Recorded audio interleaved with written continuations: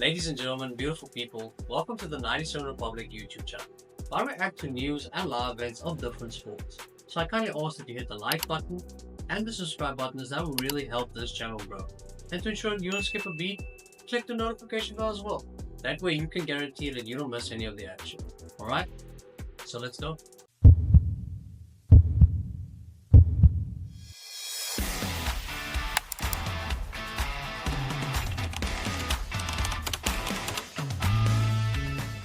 Predictions and analysis for the main card of UFC 312 starting right now.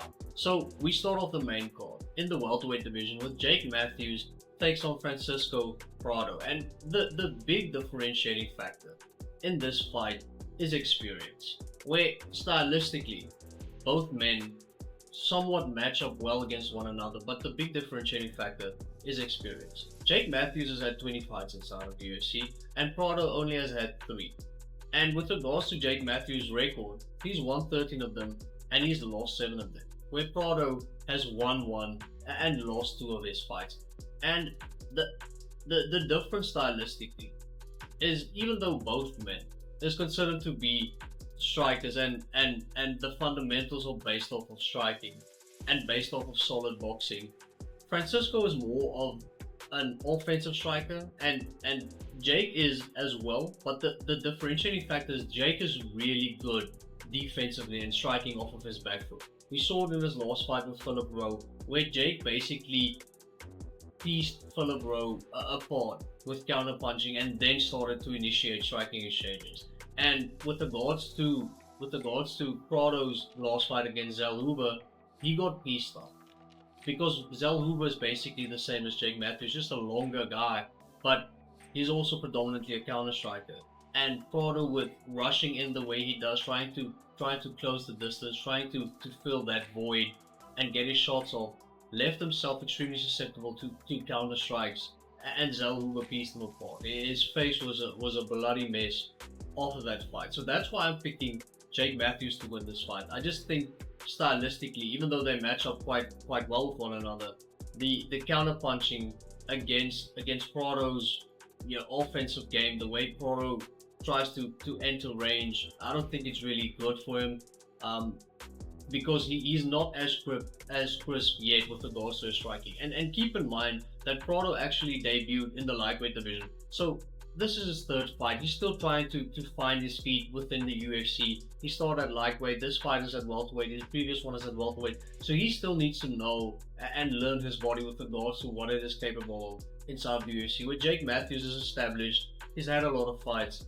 Jake Matthews win. I don't think he wins via knockout though. I think he wins via unanimous decision, because Prado is extremely durable. In that Zellhuber fight, the amount of punishment that guy's face took, exceptional.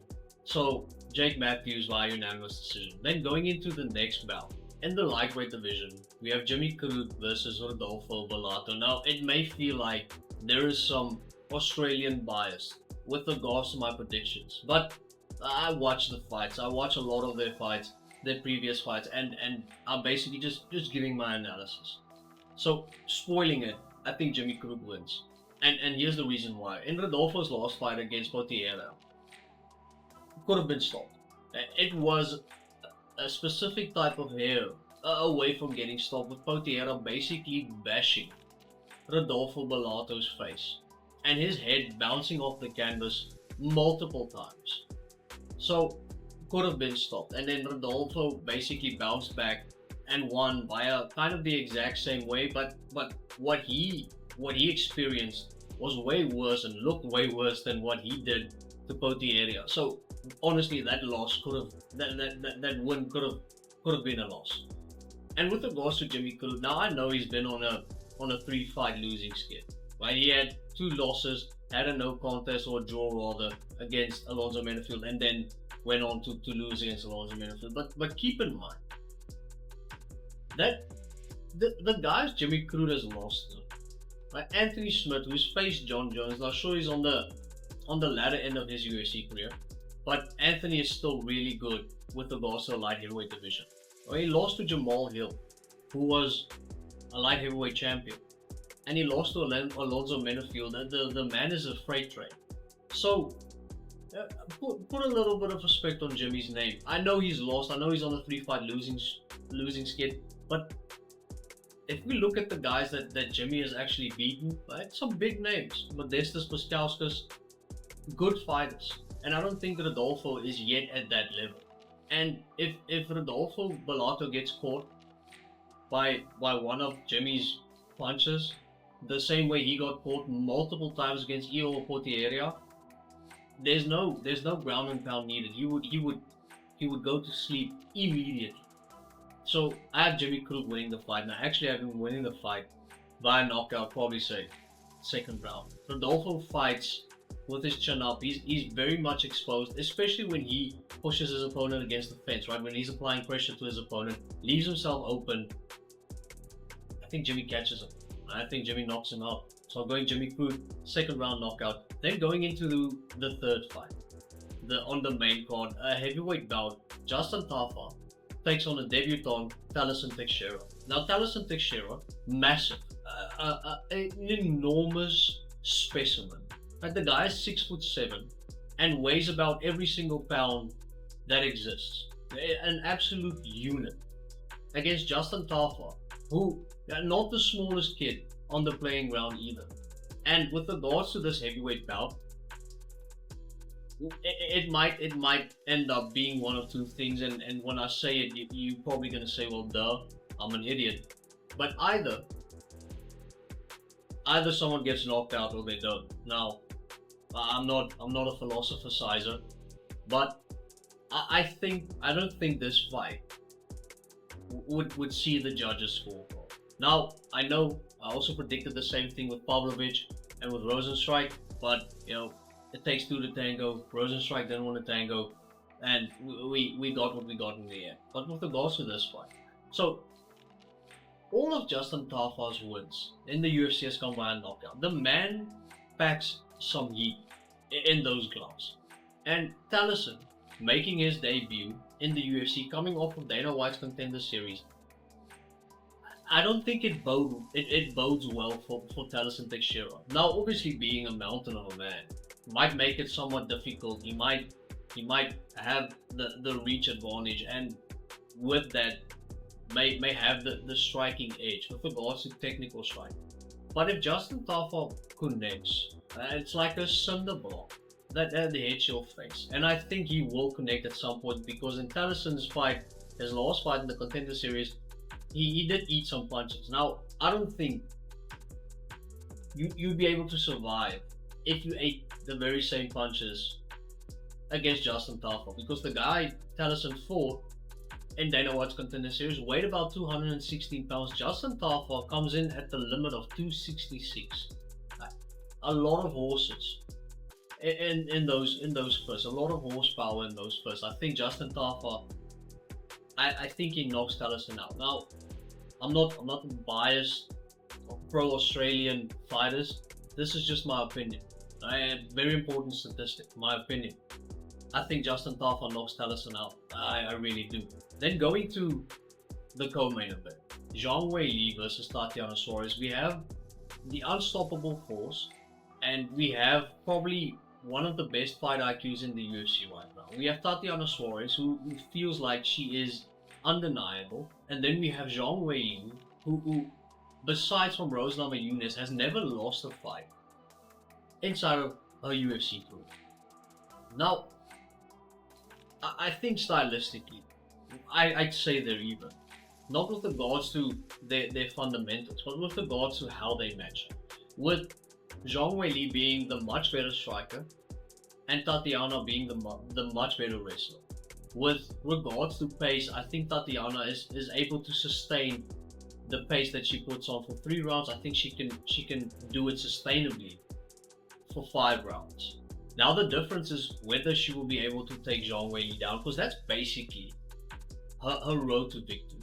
Right? Mapping out her road to victory, she has to take Weili down. If she stands with Zhang, she's probably getting knocked out, or she is getting bloodied and bruised after the fight. It will be evident on her face that she was not able to take Weili down. But I think she does. Now, I think Tatiana Suarez wins, and the reason why. Now, I get every single argument for Zhang Weili. I get it, I understand it, and I agree with it. But with regards to experience, with regards to title fights, 5-round fights, everything you have to offer with regards to fight IQ, I get it. But we're speaking about something intangible. We're speaking about destiny.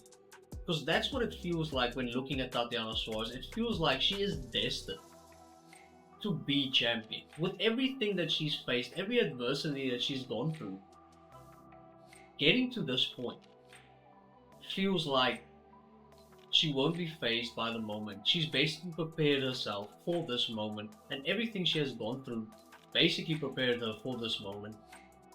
And I don't think she's stoppable. I don't think that she would be able to be denied being the champion. And I also saw that Zhang Weili hinted at maybe going up in weight class and fighting at flyweight. So, doesn't bode well if you're a Zhang Weili fan. It feels like she's already, I don't know, somewhat mentally prepared herself for losing against Tatiana. And I think Tatiana wins, especially due to the fact that if ever you think a fight is going to a decision, right? You see two durable fighters, two really good fighters that won't quit, that will basically do everything they can to win. If you have two fighters match up against one another and you think it's going to a decision, always pick the wrestler, because wrestling scores better points than striking does, because control time has more validity or has more weight to it than significant strikes. So that's my thought process. I don't think either woman is getting finished. However, I do think Tatiana Suarez wins by unanimous decision, the same way that Zhang Weili was very close to losing against Yan Xiaonan by a decision. I think Tatiana actually manages to win by a decision.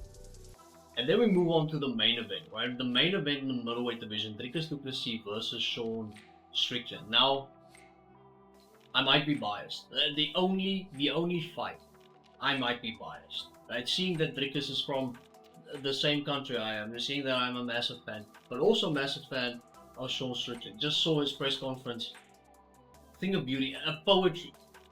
It was Shakespearean poetry. The way Sean was able to express himself, via words in a meaningful way that we've never seen someone else do. You want to talk about making words come to life? Sean Strickland makes every single word come out of his mouth manifested into an actual matter. So, with that being said, big Sean fan. However, I think Dricus wins. And I think Dricus wins. And I think he knocks Sean out. Now, before you say I'm mad or before you say I'm biased, hear me out. So, when we look at Sean Strickland, a great fighter, I love his fighting style, I love the Philly shell, I love everything about Sean Strickland. But it doesn't feel like Sean has evolved from the Nasruddin Imavov fight. You can even say from the Jared Cannonier fight, even prior to fighting Nasruddin. It hasn't felt like Sean has actually evolved as a fighter. It basically should be a testament to Sean of how good his fighting style is and how difficult it is to beat him.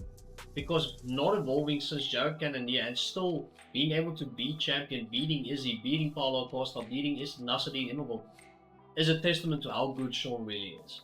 But it doesn't feel like Sean has evolved at all with regards to his fighting. And it felt like, well, it didn't feel like it. It is evident.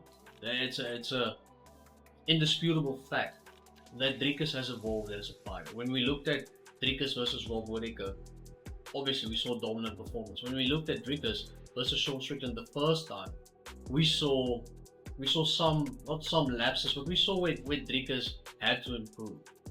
And then we saw Dricus against Izzy, and it felt like improvement. And seeing Dricus against Sean for the second time, being familiar with Sean's fighting style, knowing what holes are there and what holes should be created in Sean Strickland's fighting style, I think Dricus gets it done, and I think he knocks out Sean. I think Sean will be at a point where he has to start pressing, and he has to start going forward, and he has to basically get out of his comfort zone, to get out of that Philly shell, and start throwing with meaning to with intent, with meaning to maybe finish the fight.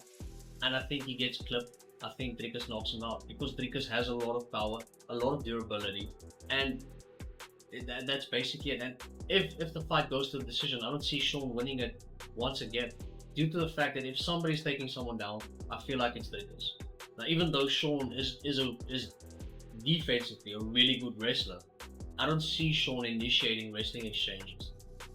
He could, but would that benefit him? I don't know. I just feel like Dricus wins via knockout, probably late 4th round, 5th round maybe, and basically puts an exclamation mark on this rivalry with Sean Strickland. So that is my predictions for the UFC 312 main card. Let me know in the comment section, who do you think is going to win? In what way? Via stoppage, submission? What do you think is going to happen for every fight? I would appreciate that. And then I also saw something. I saw Ilia Topuria mentioning that he wants to move up and fight Islam Makhachev at lightweight. And I'll be giving my opinion on it in the future. But I think it makes sense. And if you think that Ilya doesn't stand a chance, you might be insane.